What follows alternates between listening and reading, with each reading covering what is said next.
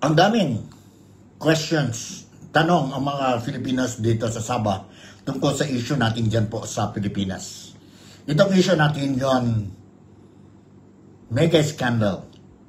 Ibig sabihin, ang mega scandal is tungkol yan po sa flood control projects, anomalous deals nangyari dyan sa Pilipinas.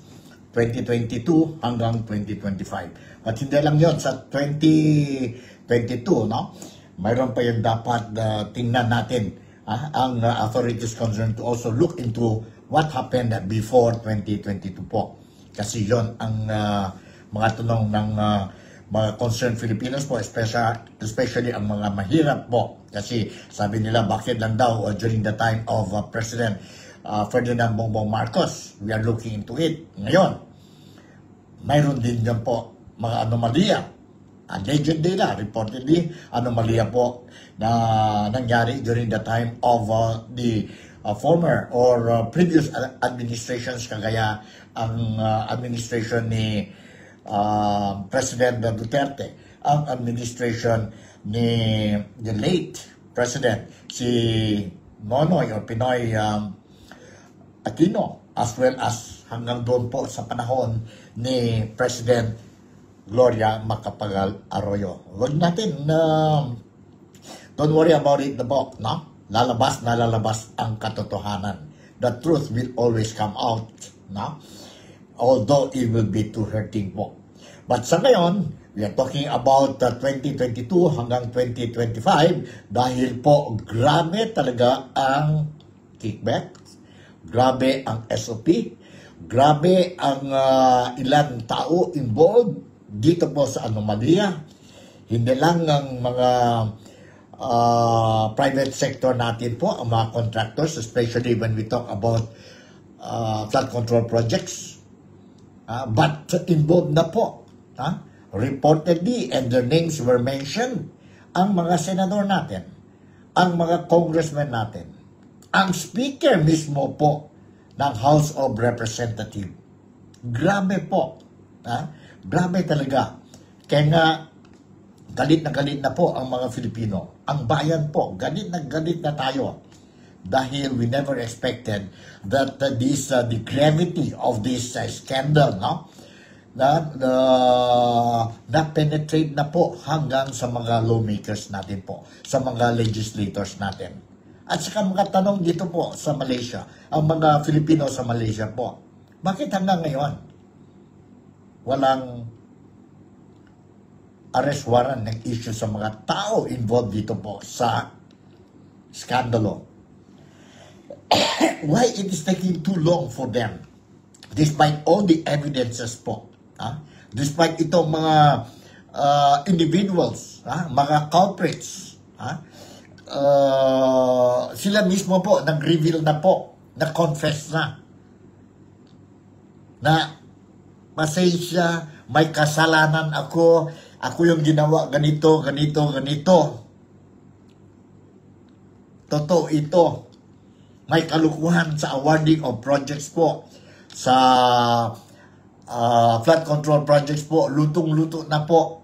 From the very beginning, luto na po hanggang at the end of the story po.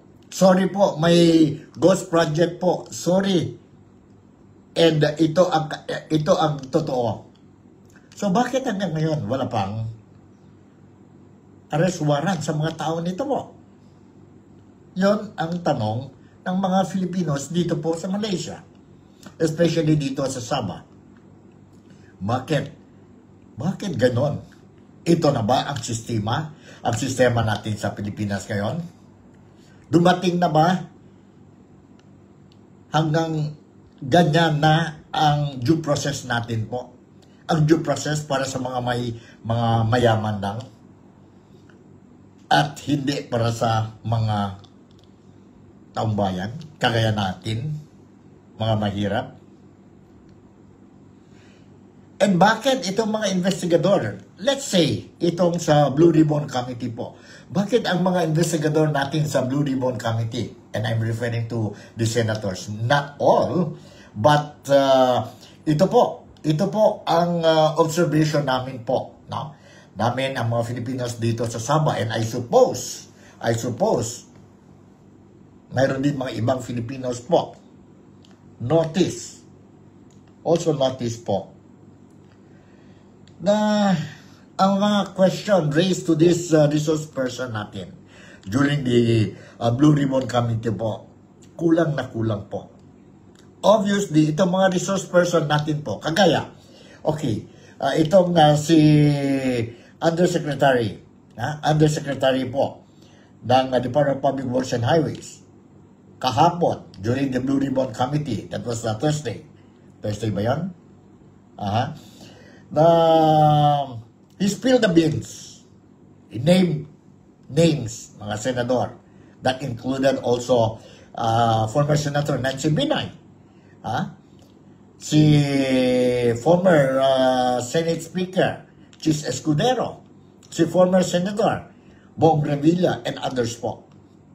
And of course, nandiyan din ang mga pangalan ni former Chairman of Appropriation, Committee of Appropriation sa House of Representatives, si Representative Saldico, as well as ang pangalan po, lumabas din sa hearing kahapon, ang pangalan po ni former House Speaker, Representative Martin Romualdez, lumabas din po. No? And of course, dyan po si Senator Jingo Estrada and si Senator Joel Villanueva and some other government officials po. Other government officials, hindi lang po sa Department of Public Works and Highways, but also may question na po, may duda na po. In fact, there are some legislator are seriously contemplating of filing an impeachment case against the commissioner ng COA. Commissioner ng COA po. And nakita natin po, observation namin dito po sa Blue Ribbon Committee kahapon, na selective ang informations ng bigay po si Undersecretary Roberto Bernardo po. Hindi lahat, hindi tell all. Kasi sabi ang Blue Ribbon Committee, you want to apply sa state witness program, you have to tell all. Pero hindi nangyari po. Selective lang ang memory niya po. Ito si USEC Secretary Roberto Bernardo. Klarong-klaro po. Selective din ang mga disclosure ni contractor Curly Vizcaya. And also, the same thing, selective lang po ang mga revelations ni Engineer Henry Alcantara at saka ni Engineer Bryce Hernandez at saka si Engineer JP Mendoza and the rest.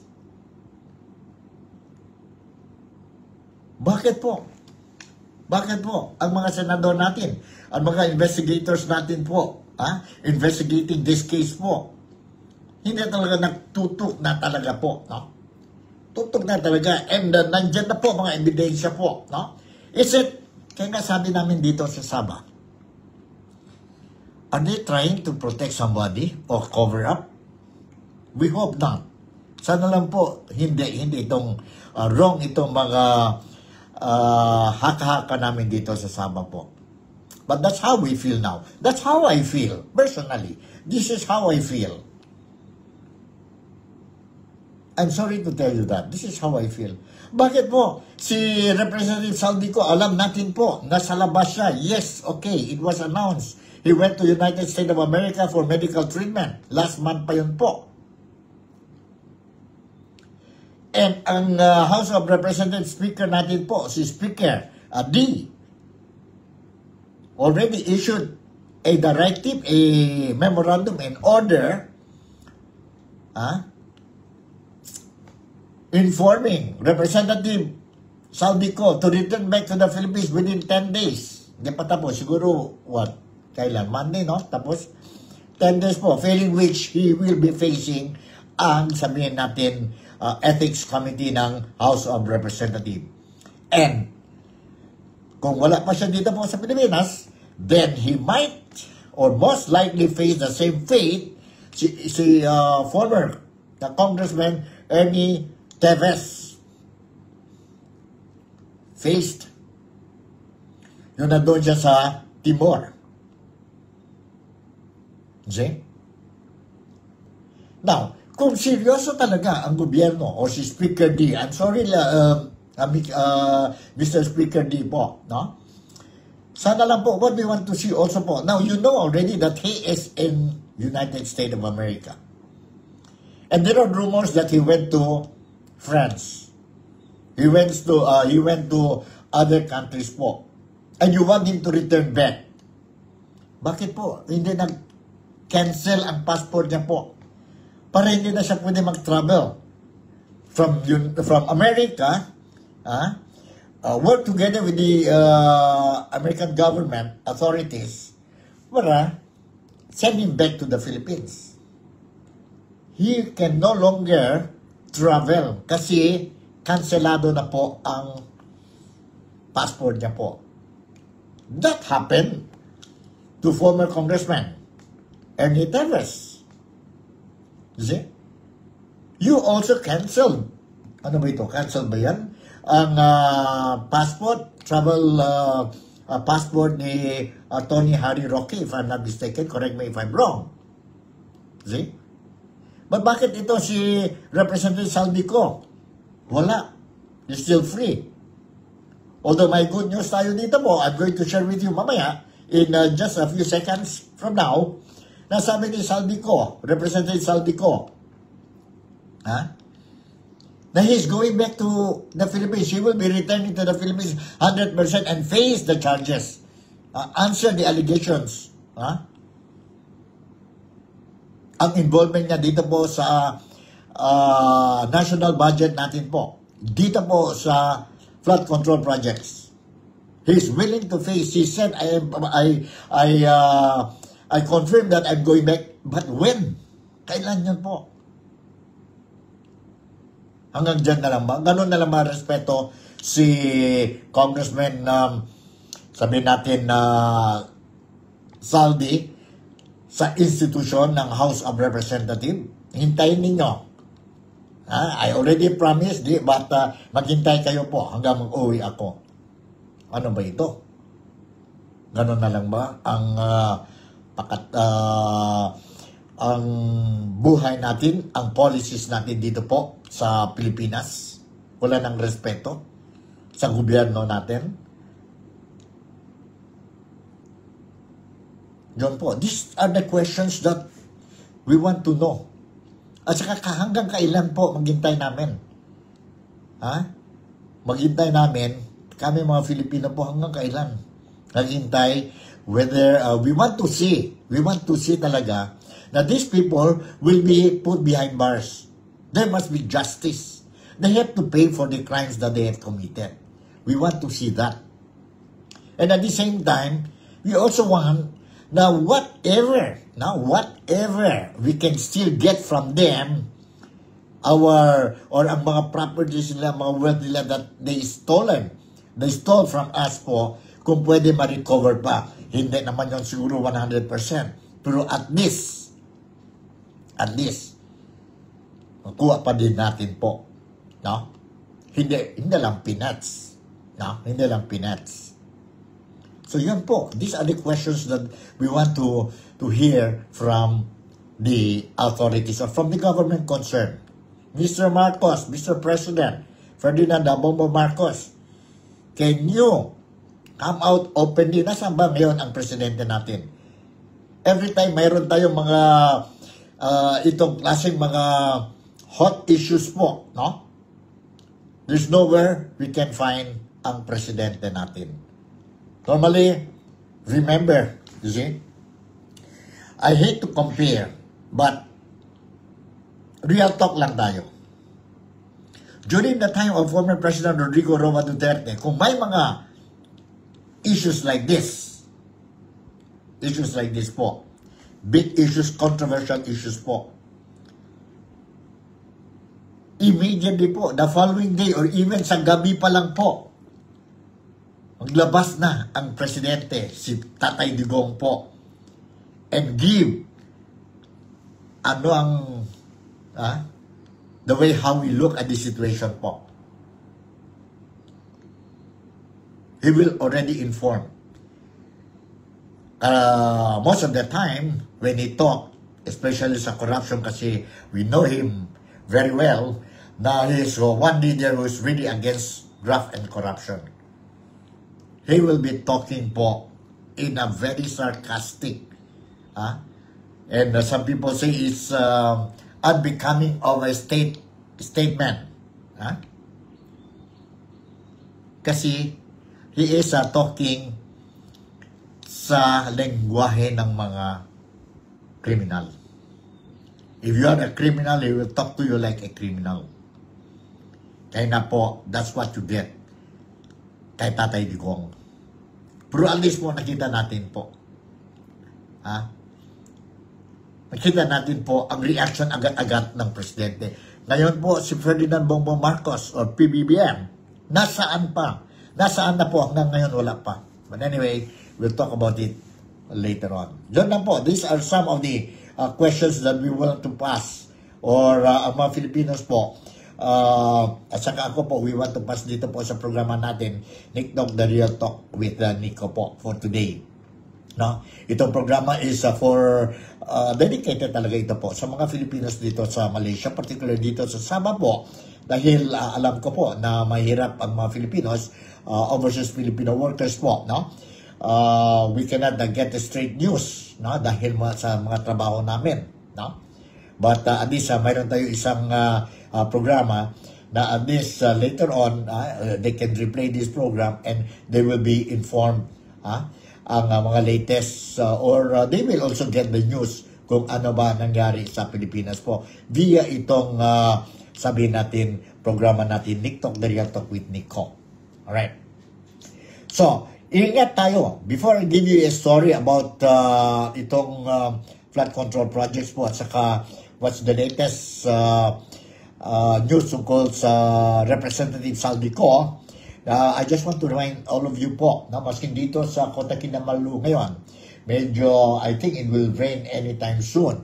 And mga kababayan natin po dyan sa Pilipinas, especially dyan po sa affected areas ng Typhoon Opong, ingat kayo po. Ingat talaga kayo po. Because I was made to understand and it was announced officially that this is a super typhoon po, si Opong. No? Mayroon na po news sa mga reports na some areas there, nakita na natin po ang mga damages as a result of Typhoon Opong. And mayroon na po mga fatalities reported. And open na mga evacuation centers sa mga gobyerno. Everything, ang mga local authorities natin po ready po to extend whatever assistance that needed by the evacuees po. So ang ano lang ko po, ang reminder ko lang po, advice ko lang po sa mga kapwang kababayan ko dyan po sa Pilipinas, kung may panahon pa po, go to the evacuation center for obvious reason po, for your own safety po. Take care, give extra attention sa mga senior citizens natin po, ang mga family members natin na may sakit po, yung mga buntis, mga pregnant, ang mga bata po. Make sure that you know kung nasaan mga bata po. And always take extra precautionary measures. Alright? So, nandito po, let me read you a story published dito po sa Philstar, mainstream media po sa Pilipinas. Dahan-dahan po, we will see itong statement ni Representative Saldico. Ang title po ng news is Saldico vows to return to face graft wrecks. Lament Speaker disorder. Right? So, uwi daw siya po. No? Si Saldico sabi niya, I'm going to go home. So, tingnan natin. Itong news. Sandali. I'm going to go home, sabi niya. Don't worry, uuwi din ako. Okay. While, ano ito? While questions mount over the whereabouts of Representative Elizalde Co, siya po ang Ako Bicol Party List congressman, the lawmaker insists he has every intention of returning to the Philippines to face the false and baseless accusations against him. Ito po, sabi niya, may intention talaga siya mag-uwi. Bakit hindi agad-agad po? If you are really serious, bakit hindi agad-agad? The more you delay it, the more. Grabe ang imagination ng mga tao po sa iyo. No? And totoo ba yun? From US, you went to France. Sa Italy. Yun po ang rumors lang yan po. Kung totoo. Totoo ba? What you said now? That you have every intention to go home and face the accusations? Bakit ka ba pumunta sa France? Kung totoo yun, napunta ka sa France. Bakit ka pumunta sa Italy? Or sa ibang nasyon po? Bakit dumiretso ka sa Philippines? Yun ang questions. In a letter dated September 25, lamented House Speaker Bonji D's order to revoke his travel clearance, arguing it was made under political pressure and deprived him of medical care he has long previously scheduled. Ang cancellation na po ng travel clearance niya po, politically motivated na niya po. And nag-deprive daw po. Him getting medical attention. Come on na. Come on na, Mr. Saldico. You have to answer ang mga billions of trillions of money that you're being now accused. And marami ng mga ebidensya po. Hindi ka ba nakonsensya? And then ganun ka lang ang reply? I am saddened, sabi niya, I am saddened that my colleagues in the House of Representatives would deprive me of the time needed for medical care that I have long previously scheduled, and gravely concerned that the decision to revoke my travel clearance was born by pressure rather than adherence to facts and procedures. Baloney for me. I'm sorry. It's baloney. The letter addressed to D was released to the media Friday. Ibig sabihin, today yan po. Today. D, however, responded on Friday to remind Ko that he only has until September 29. Hanggang 29 na lang siya. No? Now is September 26. To return to the Philippines. He revoked Ko's travel clearance on September 18, giving him 10 days to return. He warned that if Ko fails to return by September 29, it would trigger appropriate disciplinary and legal action. Tama lang yan po. Tama lang yan, Mr. Speaker. Let's see sa 29 po kung nandito na siya sa Pilipinas. And let's also see ano naman itong mga rason niya po. Let's see how long will it take ang due process given to them. Such as itong si House of Representatives Saldico. Will it be another 5 years, 10 years, 15 years, or 20 years? Then malaman natin po guilty or not guilty. In the meantime, free men lang sila po kasi walang arrest warrant issued to them by the court. Let's see po. Samantala, ang mga ordinary Pilipino po, agad-agad po, yung stall, small amount.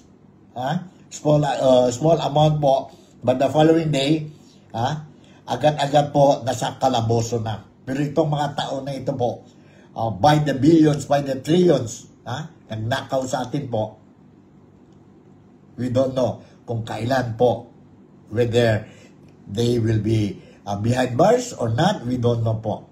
Dahil pera. Saan galing ang pera po? Galing natin yun. Taxpayers. Okay? Cole nonetheless expressed his intention to return to the country, even if this meant facing intense public scrutiny. Yes, come home. I have every intention of returning to the Philippines. I also intend to answer the false claims made against me before the proper forum. Ngayon lang, usap ko na ngayon sa proper forum. When you connive, collaborated with itong mga tao po sa kalukuhan ninyo,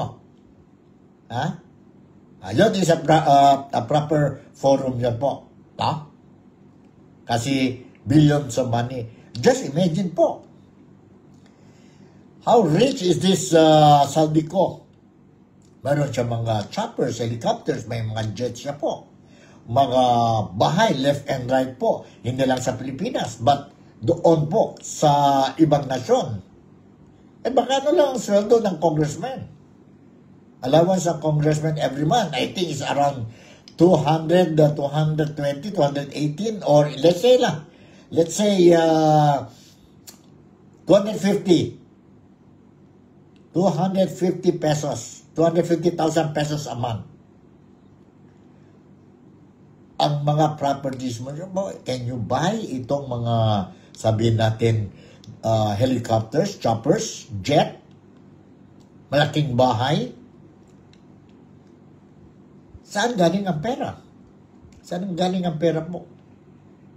And these are the things that you have to answer. Ang lifestyle mo po, ang mga allegation po, receiving what? Billions of money, cash being delivered sa'yo, and then you share it with your alleged nila, with your also boss, si Speaker Martin Romualdez. You see? Kaya sabi, if I remember right, last year ba yun o 2023 ba yun? Sabi ni Vice President Inday Sara Duterte, ang kaban ng bayan, ang pera ng bayan po, 2 tao lang is making that decision. Si Martin Romualdez at saka si Saldico. No wonder po. No wonder. Ganon ang buhay ninyo po. Mr. Saldico, Representative Saldico, Congressman Saldico, I hope it's not a drama. Pero kung hindi man yung drama po, saludo ako sa anak nyo. He himself called you up to return back to the Philippines and face the music.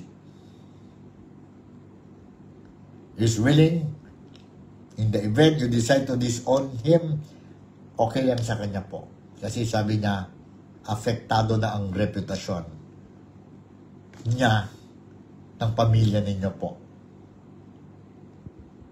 So he wants you to come home, go back home, and face the music. Answer itong mga allegations po. So yon. Yon ang latest na natin tungkol kay Saldico. Sa inyo po, what do you think? What do you think po? Ano mga comments ninyo tungkol ito si Saldico? And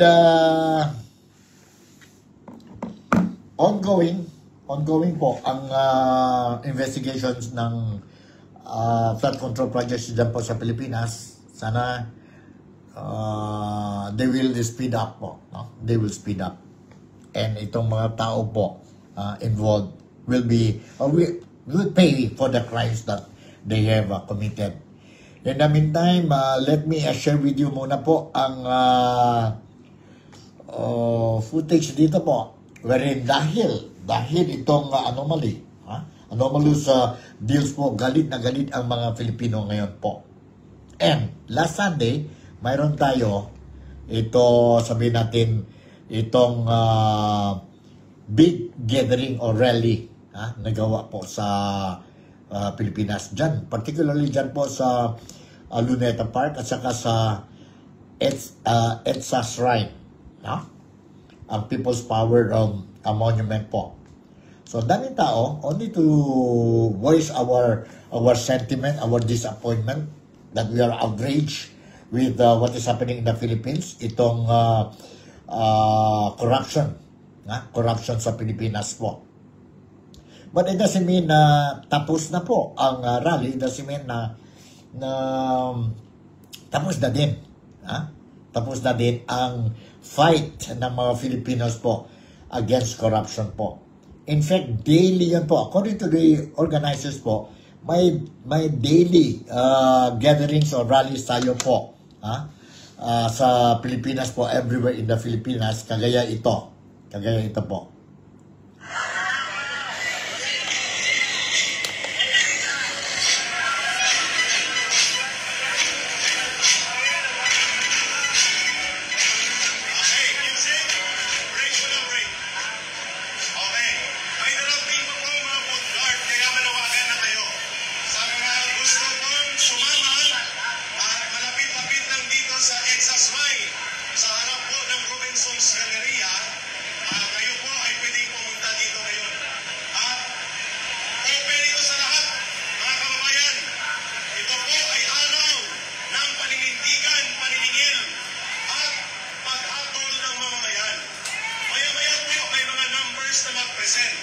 Ang mga Zumba ladies ng Quezon City ay naghahanda na po ng kanilang protesta kasama ang sayaw.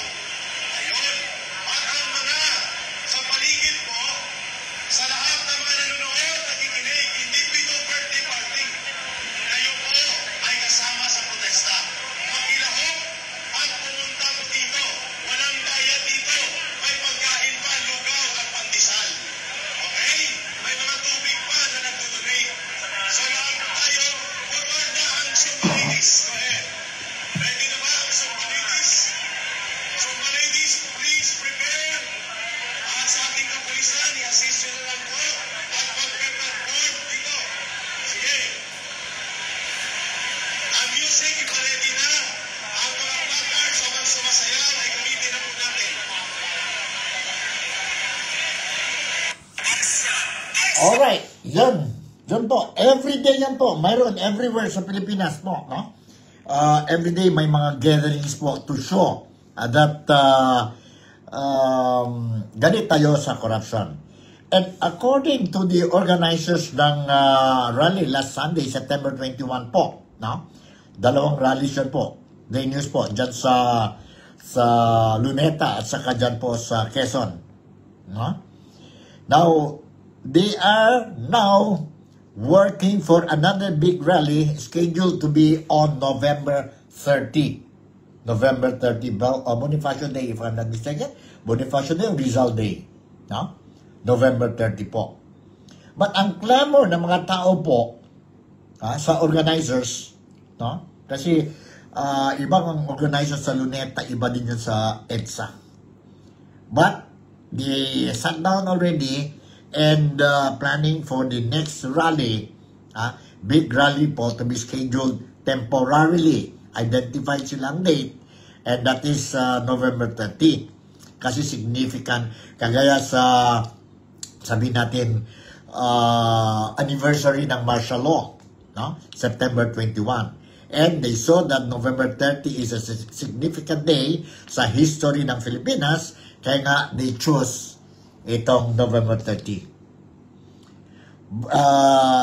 They announced this po during the TV program of Ted Filon po this morning.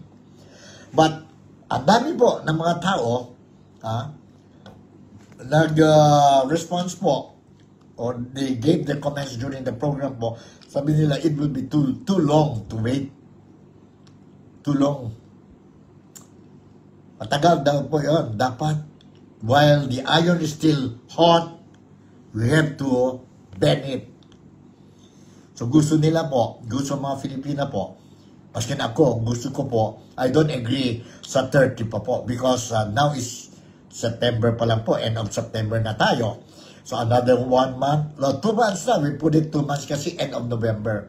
Pagdating natin sa November po, mag-ingay na naman tayo po, ang mga kalaban natin, or not kalaban po, but those who oppose itong rally po, they will start be saying, na okay, darating na ang Pasko, bukas na, December na po.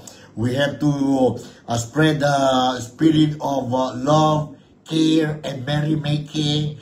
Ganon tayo mga Filipino po. Tama na sa month of December is it should be a happy month for all of us. Yan na naman po. Totoo naman, yes. We celebrate Christmas po. Karamihan ng mga Filipinos, ako, I suppose, ang mga Filipinos dito sa Sabah po, no? O sa Malaysia, they also want it to be early para malaman na natin po. No? Malaman na natin po. Huwag naman hanggang November 30. But sabi naman ng organizers, yes, we can sit down again. Kami dalawang grupo will sit down again and I'll bring this matter to, or during the meeting, may puntos naman ang mga tao who said make it early. So, don't worry, sabi niya. But anyway, maskin na November 30 pa din daw yan, should anything, kung may bombshell, bumagsak o happen in tomorrow or next week or next month, early next month po, agad-agad, they can do itong mass gathering. No need to wait hanggang November 30. Kasi sabi niya, yun, even September 21, gathering po, ang preparation nila was only 10 days. So don't worry.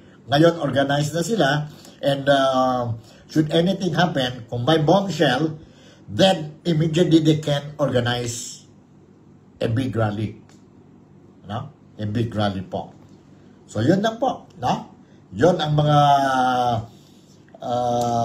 updates na I want to pass sa mga kababayan ko po dito sa Sabah tungkol itong mga rally natin po. No? So, sana lang po, wag na hanggang 30 tayo. No? Wag na tayo November 30 pa.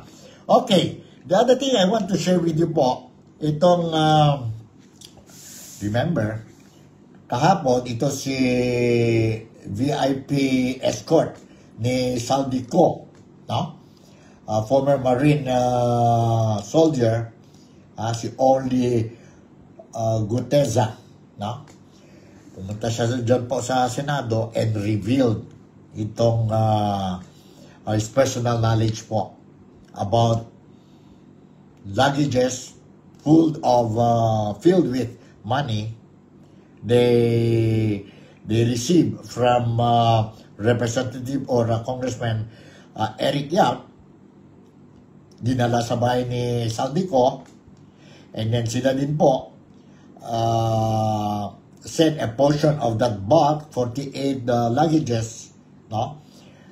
Sent it to the house of Speaker Martin Romualdez per instruction of their boss, si Saldico, Representative Saldico po. One incident lang yan po, no? One incident. Yan po, sabi ni Orly Guteza, no? But unfortunately po, I don't know what happened. Yesterday mismo po, sa affidavit niya po, ang notary po, ang pangalan ng lawyer na po, denied na siya daw yun po naggawa. Nag-sign. So, when it comes to technicalities, nandyan na naman po, no? Nandyan na naman ang problema.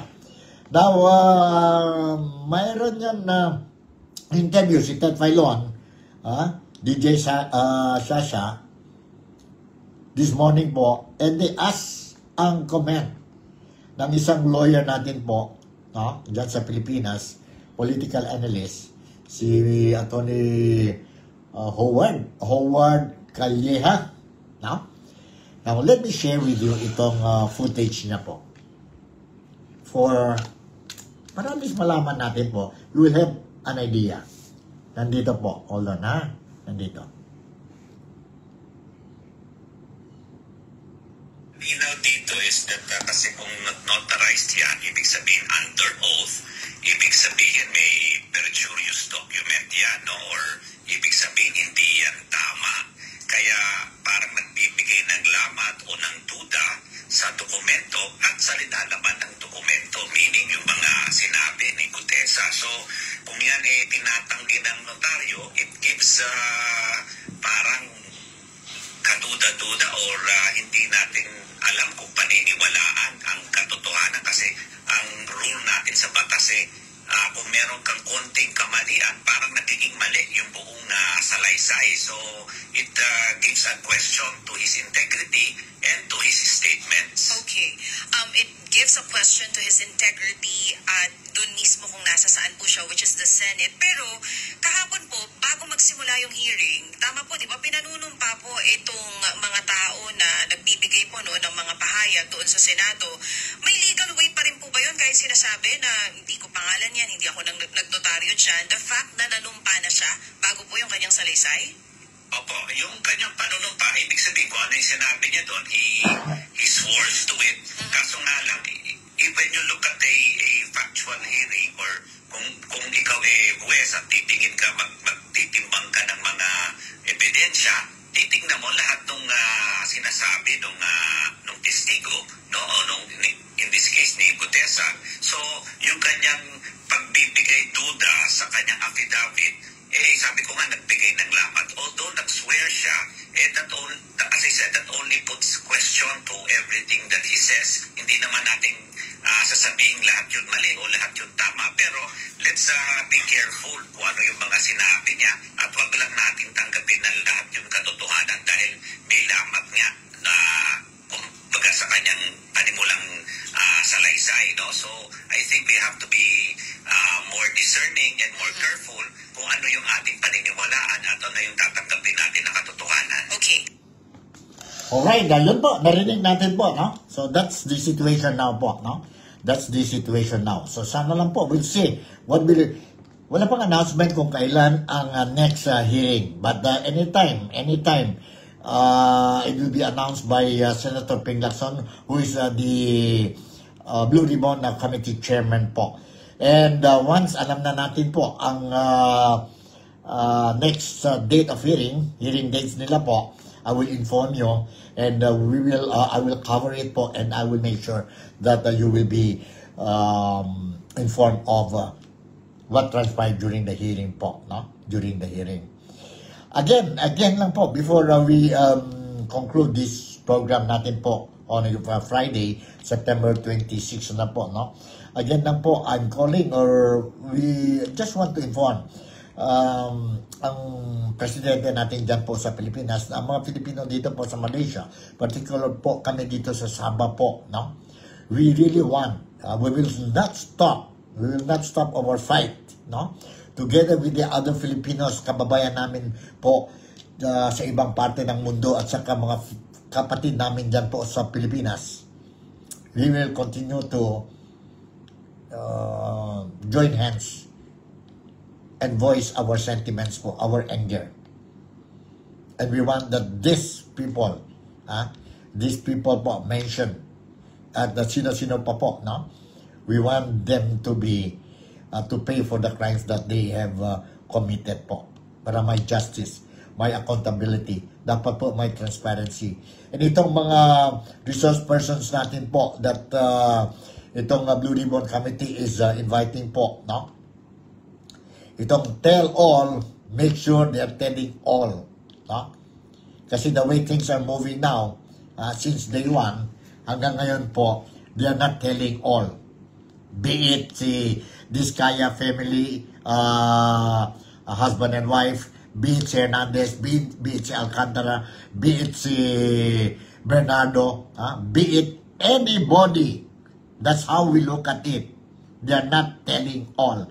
Yet they want to be under the, to be included in the State Witness Protection Program. Wag naman sana po. Wag naman sana po. Just to simply give them this privilege po. Huwag naman sana po. Mr. President, kung sino pa dyan mga government officials involved, that includes ngayon may big question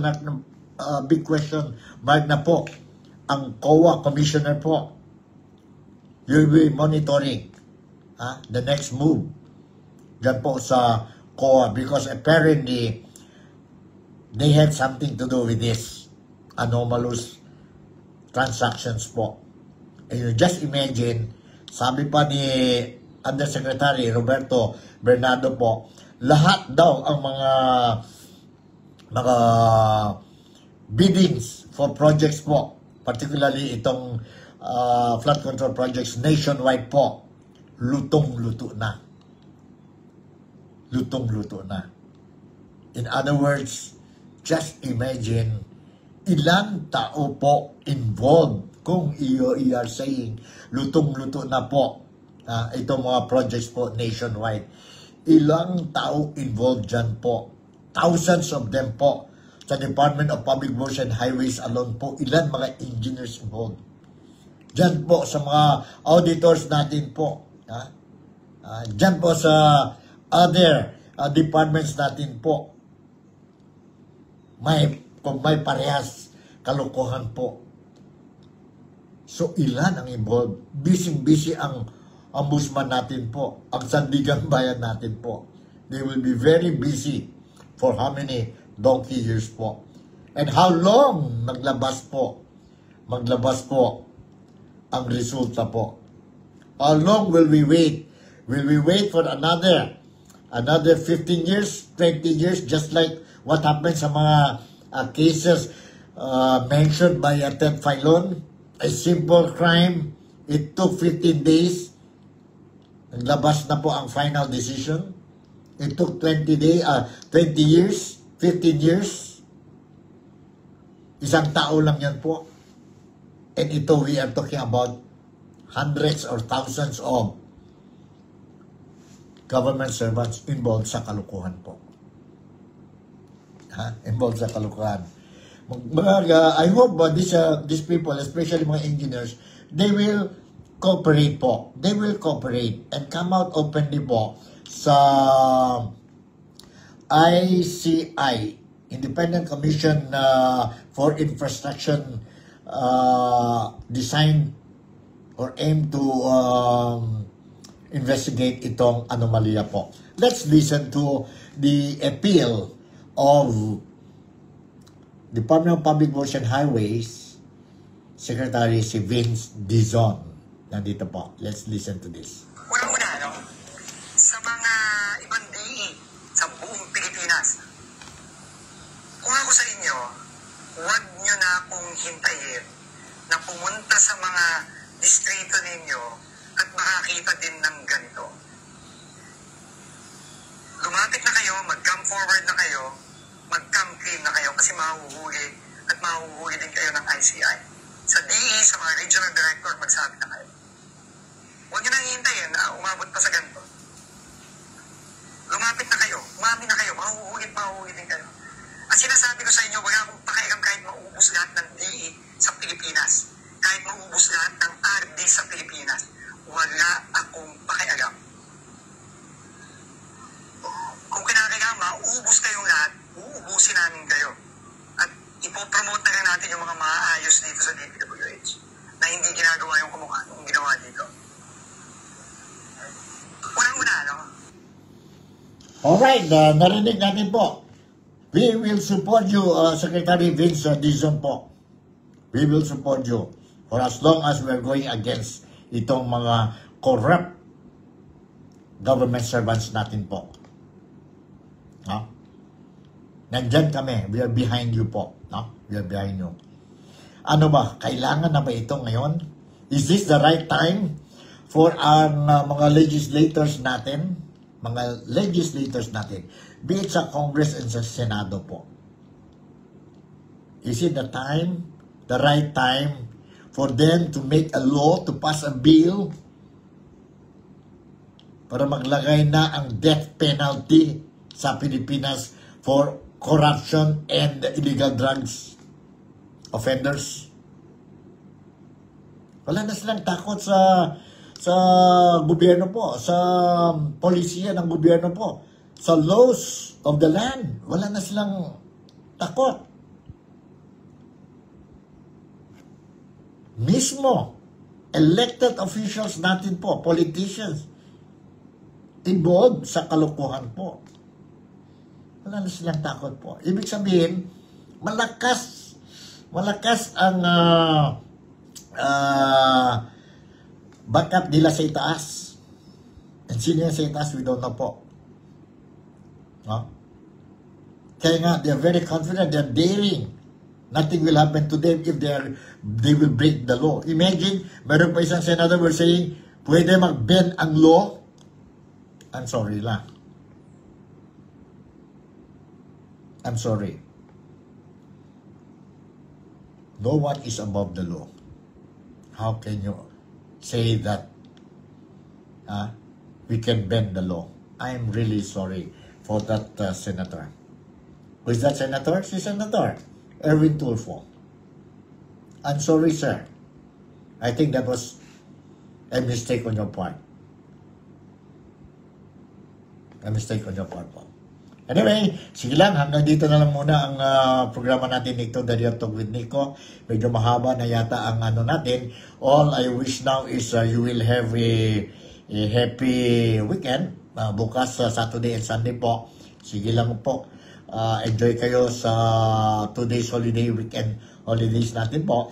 And mga kababayan natin dyan po sa Pilipinas, ingat kayo po kasi may typhoon tayo. Ang mga kababayan natin dito sa Sabah, ingat tayo po because whether we like it or not, every time may typhoon sa Pilipinas, ang tail, we can feel it dito po sa Sabah. No? Sa Sabah. So ingat lang tayo po. And let's pray for everything will go back to normal sa Pilipinas and mag-improve na po ang buhay ng mga Filipinos po soon, if not too soon. So with this, I would like to say thank you very much for making me a part of your day today. Malaysia, Sabah, the Philippines, God bless us all. And I'll see you again on my next episode. Bye. I love you.